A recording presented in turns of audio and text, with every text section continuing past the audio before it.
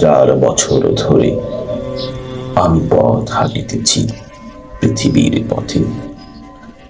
সিংহল সমুদ্র থেকে নিশীথের অন্ধকারের মালয় সাগরে অনেক ঘুরেছি আমি বিম্বিসার অশোকের ধূসর জগতে।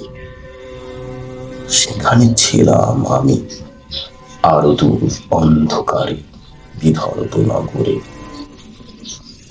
আমি ক্লান্ত প্রাণে, চারিদিকে জীবনের সমুদ্র সফিন আমারে দুদণ্ড শান্তি দিয়েছিল নাটোরের বনলতা সেন।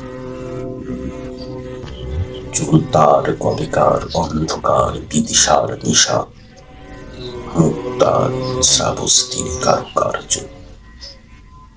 অতি দূর সমুদ্রের পরে হাল ভেঙেছে নাবিক, হারাইছে দিশা।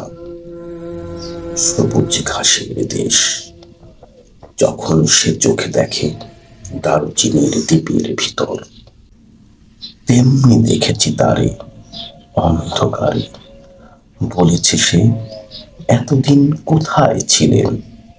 পাখির নীড়ের মতো চোখ তুলে নাটোরের বনলতা সেন। সমস্ত দিনের শেষে শিশিরের শব্দের মতন সন্ধ্যা আসে। ডানার রৌদ্রের গন্ধ মুছে ফেলে চিল। পৃথিবীর সব রং নিভে গেলে পাণ্ডুলিপি করে আয়োজন। তখন গল্পের তরে জোনাকির রঙে ঝিলমিল। সব পাখি ঘরে আসে, স্বপ্নেরই ফুরায় এ জীবনের সব লেনদেন।